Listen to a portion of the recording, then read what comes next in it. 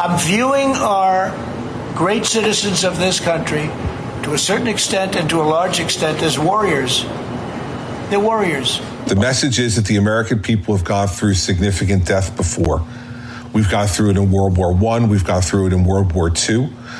We have gone through it, and we've survived it. We sacrificed those lives. Yes. Shopping during a pandemic is exactly like fighting Hitler. So this new modeling that you guys have projects 135,000 deaths through the beginning of August. Walk us through what you found and why you came to that very large number. So the big increase in our numbers is coming from taking into account the trends in mobility. People are out getting more active in the last week or 10 days. And we're seeing that there's taking off of social distancing that has a direct impact on how much contact and mobility that people will have. So that there's a cost of staying closed. There's also a cost of reopening quickly. That is the hard truth that we are all dealing with. And let's be honest about it. And let's be open about it. And let's not camouflage the actual terms of the discussion that we're having. And the question comes back to, how much is a human life worth? You see that projection model go from 25 to 200,000 cases from FEMA. You see the number of deaths go from 60,000 to 134,000. How much is a human life worth? That's the real discussion that no one is admitting openly or freely, but we should. To me, I say cost of a human life is priceless. Finally, some truth. I'm Barry Gordon. And I'm James Farr. And this is NewsRap, live at 5. The home edition. Right.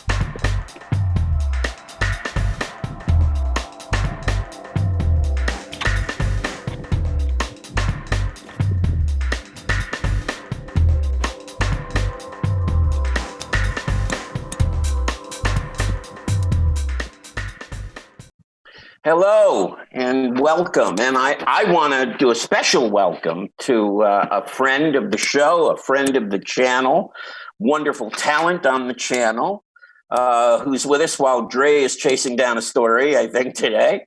And that's James Farr. James, thanks for joining us again, man. Hey, Bear, you were saying all those nice things. I was wondering who you were talking about. But yes, I'm glad to be here. It's absolutely you. It's really great to have you. I'll accept that. Yes, man, it's thanks great for to having have you. I know. Well, you know. Yeah, glad.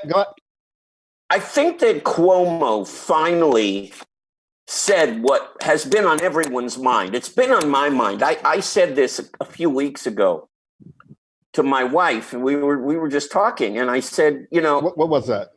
The real elephant in the living room here, the real question that no one wants to talk about, is how many lives are we willing to sacrifice in order to reopen? And that is really the issue, because now Cuomo gave an answer, none.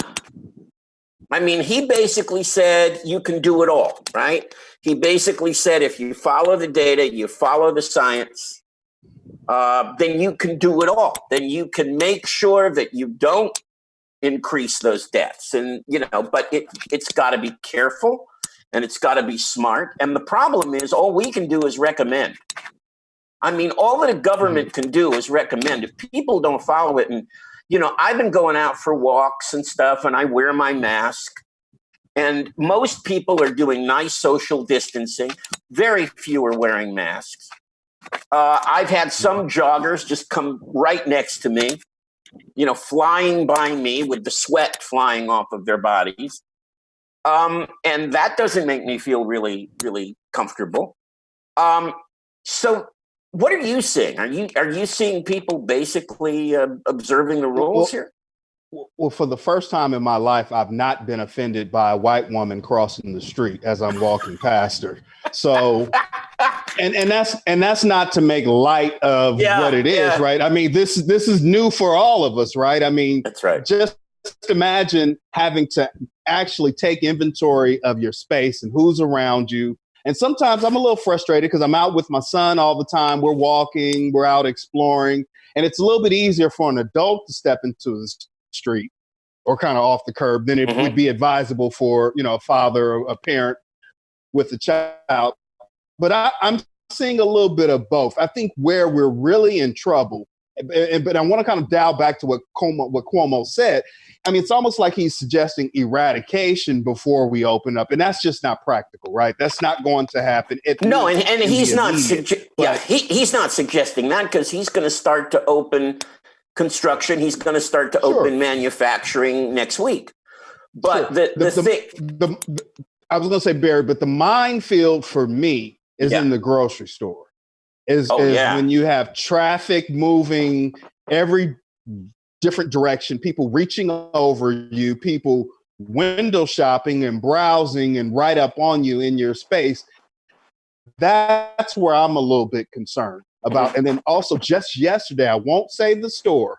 I will not say the store because I will reach out to the manager. But I saw 3 essential workers, and my heart goes out to them for putting their lives on the line and doing the work that they are doing. But I saw 3 essential workers having lunch. I get it's hard to mask up and eat, but I saw 3 workers sitting at a table as if it was just a normal Thursday. And so when we're talking about open up, be it, across the country here in Pasadena, and we're really talking about how this is going to be enforced and regulated at the store level, that's my concern. And what I saw shouldn't have been seen because it was kind of absolutely in the back of the store and I was walking, you know what I mean? So those are my concerns, Well, I think you're right. I mean, I think that we can, the government can lay down all the rules that it wants. If people don't follow them, we saw what happened when Florida opened up the beaches.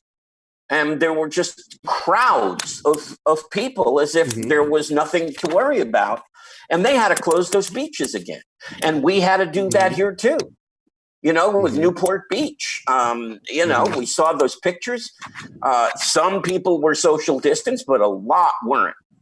And, that's the problem is I think that people are so anxious to get back to normal. And they don't realize that there ain't going to be a normal for a very, very, very long time. It's just not until... normal doesn't exist, right? Yesterday was normal. Today is new, right? So it's just what we want knew won't be there. And, you're going back to what you said, the governor of New York, how many lives, what is a life worth, and all of this. America has a history with capitalism, right? Yeah.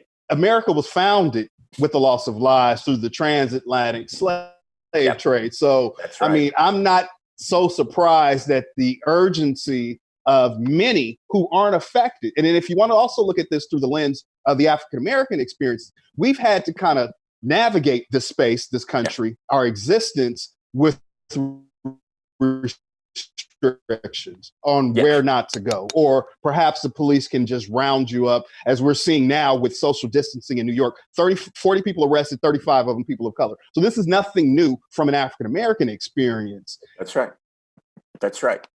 But white people are not used to white people are not used to this. You're right. Well, you're used to. They're just used to doing whatever they want, the rules. going wherever they want. What I mean? It's like, yeah. But you're right. We see now. Go ahead. That's America. But so now, the president's valet, the vice president's press person, have tested positive for the coronavirus.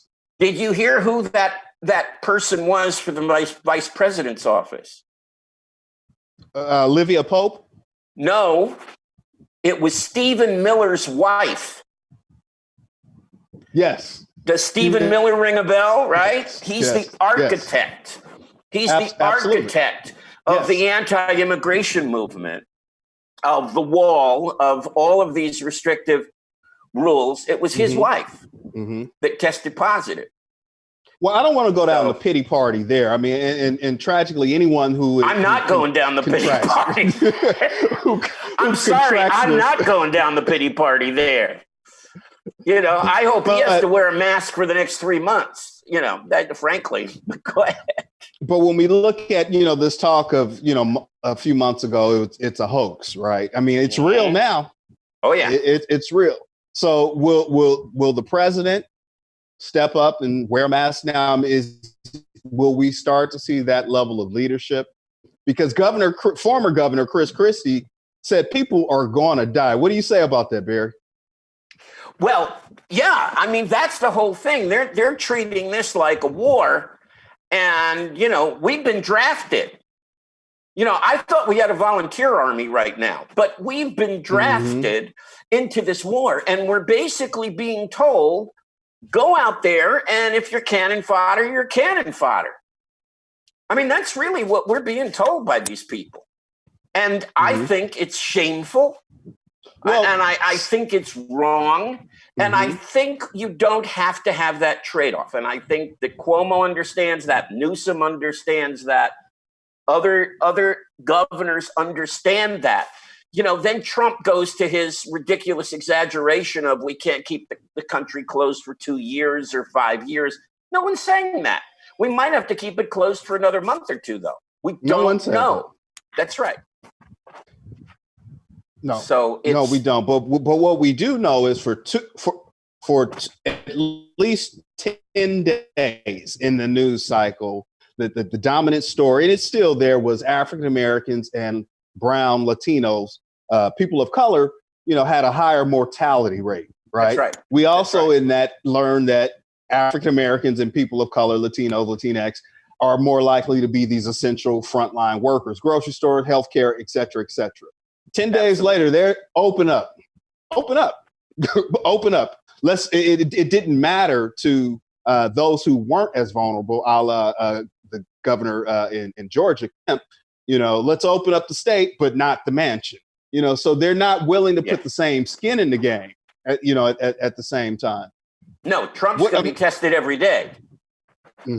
But if we want to test, you know, lots of luck. So, I mean, he's going to be tested every day. I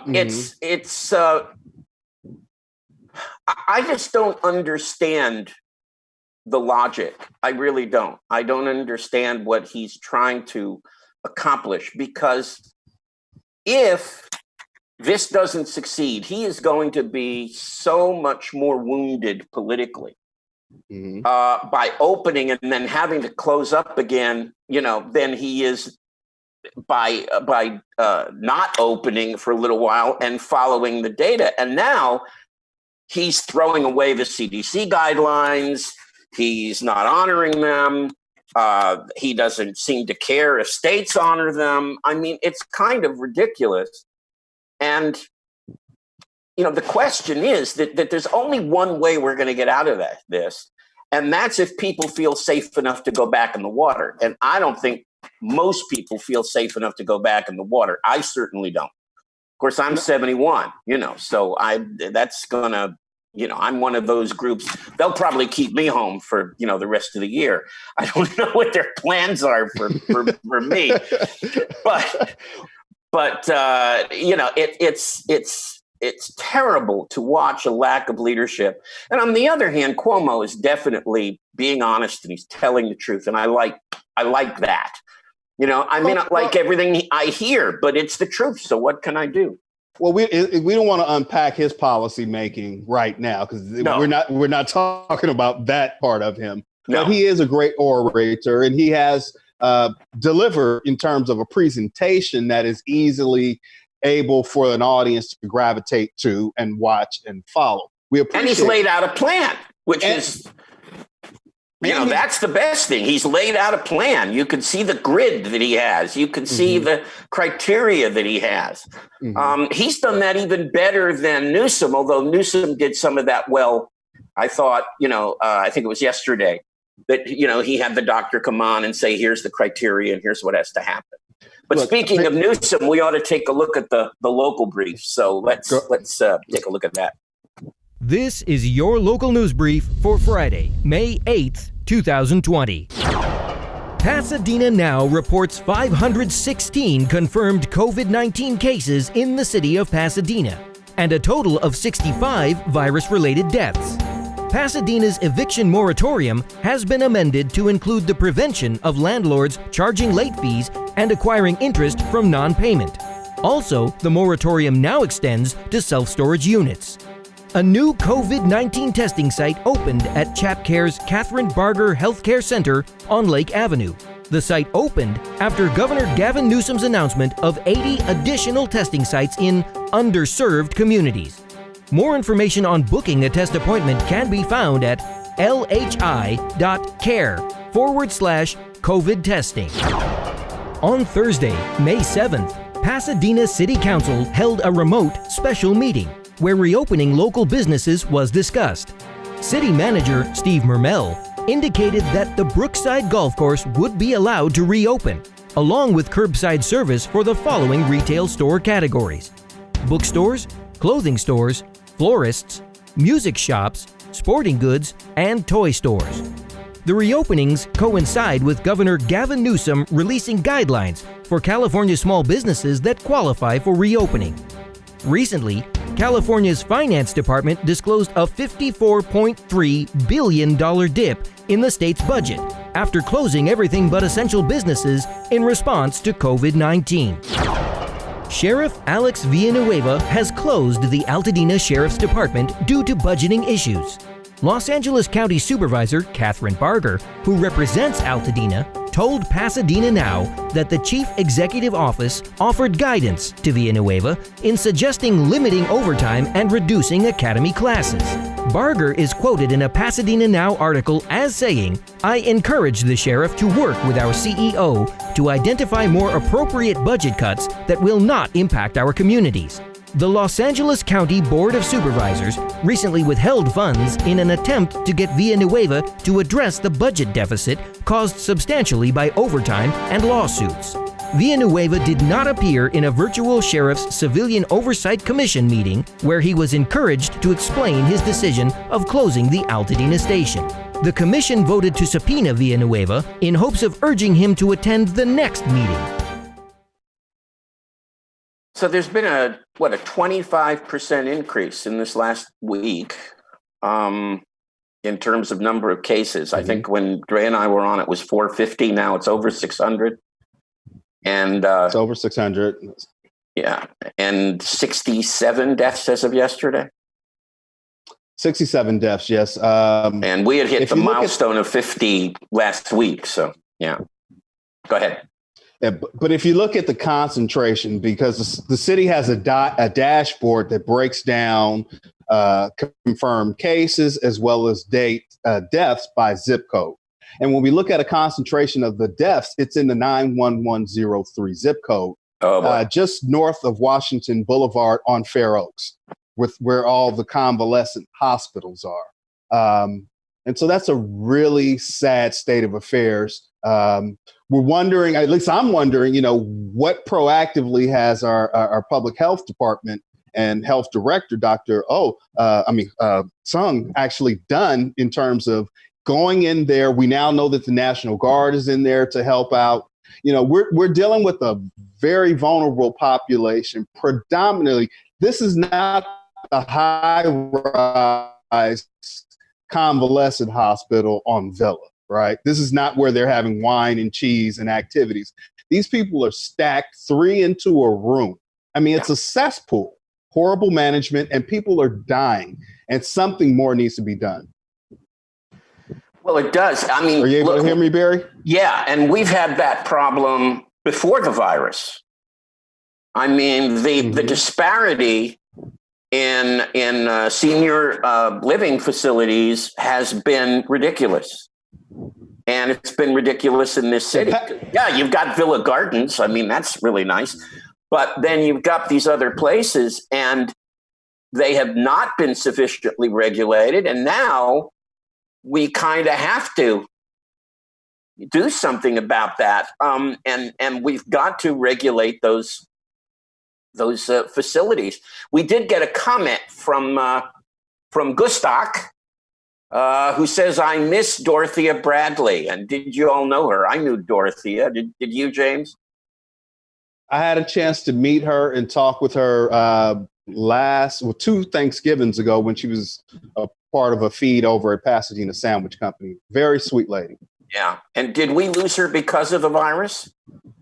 Yes, it has been confirmed. The Pasadena Black Pages, Dennis Haywood wrote a very nice opinion piece on what's happening in that area with those nursing homes and kind of from the ground. So I'd encourage you guys to look that up. Yeah. Now, I know before we came on the air, I don't know if you have more information on this, but there was an officer-involved shooting. Yes. And you talked a little bit about it. Do we know any more? Yeah. Prior to us coming on air, was able to speak with Chief John Perez and confirm that an officer was involved in a shooting this afternoon around the intersection of Corson and Allen. The suspect or person that they were pursuing, it has been pronounced dead at the scene. An officer has been wounded. I don't know right now if that's life threatening. I can tell you what I do know right now and what I don't know. I don't know who fired first. I do know that there was gunfire exchanged, and subsequently one person is now dead, and another and the officer has as I understand it, is in surgery right now. So I would assume that this will be under investigation, and we'll get more details. In the meantime, real quick, Barry, because this is an important point. Yeah, absolutely. Doesn't be quick at all. We want to push normally. Protocol is that the Los Angeles County Sheriff's Department would investigate this. I'd like to see possibly if the Pasadena Police Department can keep this in-house, because the public has better access to the information if it's in our own police department. If it's in the sheriff, we won't know for another 19 to 24 months what happened this event. And not only that, the Altadena station is closed.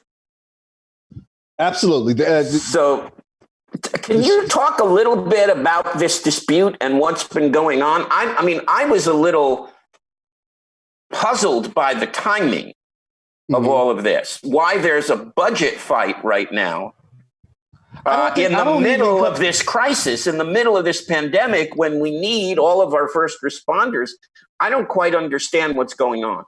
The cut is a matter of convenience, right? We can couch it now that we're in this crisis and we're anticipating shortfalls in budgets in subsequent fiscal years. But this issue has been before the residents in the community of Altadena for quite some time. Not Congressman, Supervisor Barger tried to encourage the sheriff to work with the CEO of the county to see if there were other ways to mitigate, which is probably going to be the happening. But Sheriff Nueva decided that I'm just going to make that cut, leaving 42,000 residents without a police force within their local community. And that's just unacceptable.